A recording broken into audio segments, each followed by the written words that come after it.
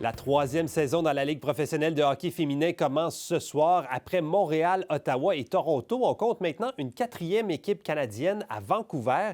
Les joueuses vont également disputer des matchs dans 11 autres villes, dont 6 au Canada. Tout ça dans le but de se faire connaître, de rejoindre encore plus de partisans. D'ailleurs, Radio-Canada vous propose un tout nouveau balado consacré à 100% au hockey féminin. Ça s'appelle Changement de ligne et on a la chance ce soir d'avoir deux des 4 animatrices avec nous. Roselyne Filion, Christine Roger, bonsoir à vous deux.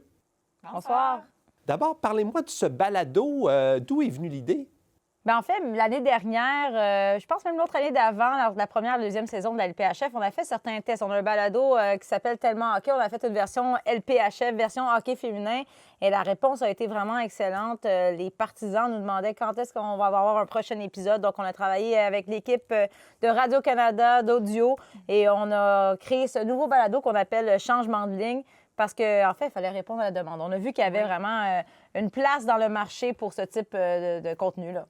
Absolument. Là, on s'entend que des gars qui parlent de sport, il y en a beaucoup, mais ce type de rendez-vous, spécifiquement pour le sport féminin, il y en a pas beaucoup, là. Oui, je pense qu'on est un des premiers balados 100% féminins qui traitent du hockey féminin. Il y a plusieurs balados sportifs, il y a plusieurs balados féminins qui existent, entre autres axés sur le sport.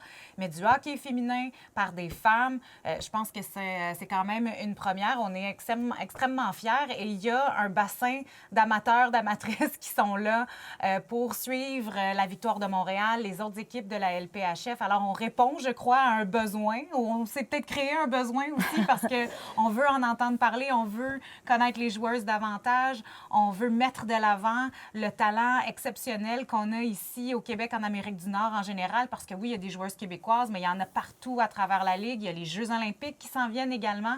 Donc, pour nous, c'est une superbe plateforme pour parler de tout ce qui s'en vient, tout ce qui se fait dans le sport féminin. Oui, parce que vous l'avez dit, c'est vrai qu'il y a du contenu pour suivre le Canadien de Montréal, le sénateur d'Ottawa, il y en a énormément. Puis les fans veulent tout savoir, qui joue sur la deuxième vague d'avantages numériques, c'est qui le gardien partant.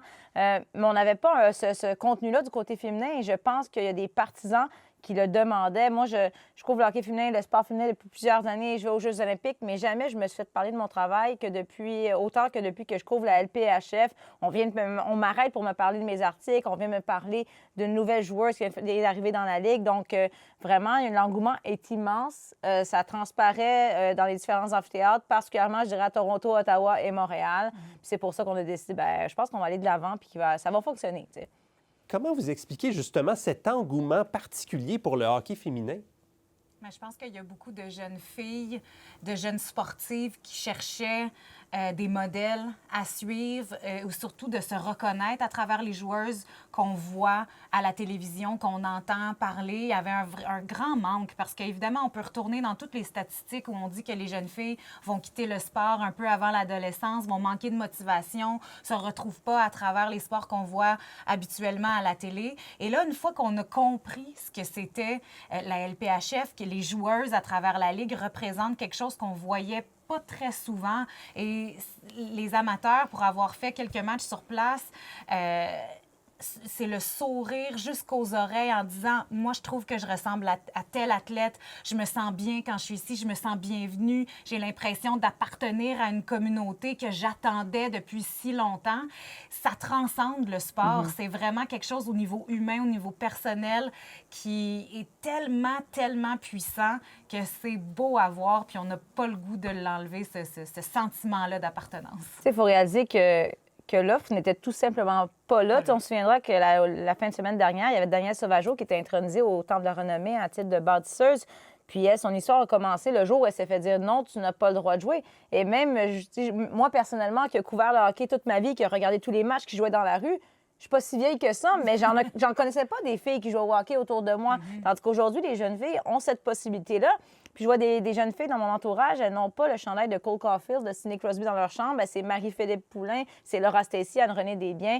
Donc vraiment, c'est un mouvement, le sport féminin présentement. Ça va au-delà du hockey. On voit dans le monde du soccer, aux États-Unis, il y a la NWSL, la WNBA. C'est des ligues féminines qui fonctionnent très, très bien. Et il y a plusieurs des grands hommes et femmes d'affaires ou des athlètes professionnels qui, justement, décident d'investir dans cette ligue-là parce qu'ils voient une opportunité aussi financière. On voit que c'est ça l'avenir, puis c'est là où c'est ces ligues-là qui vont continuer de progresser, là. Là, je parlais de l'expansion, 2 nouvelles équipes dans la Ligue, il y aura des matchs dans des nouveaux marchés. À quoi vous vous attendez comme saison? On s'attend à ce qu'il y ait encore des équipes d'expansion. On se dit, ce qu'on entend, là, c'est 2 la saison prochaine, 2 autres la suivante. Mais surtout qu'avec les joueuses qu'on a, les matchs qu'on va avoir, c'est de la robustesse. On n'a jamais vu ça dans le hockey féminin. C'est des grandes joueuses imposantes et qui font leur place. Et ça, je trouve ça merveilleux à voir. Mais c'est toi, Christine, qui est plus sur le terrain. Non, mais c'est vrai, évidemment. Au début, on ne savait pas trop ce que ça allait être une ligue robuste. Et contrairement à ce qu'on avait eu l'habitude de voir dans le hockey olympique, le hockey international, où il n'y avait pas de mise en échec, bien là, c'est permis dans la LPHF.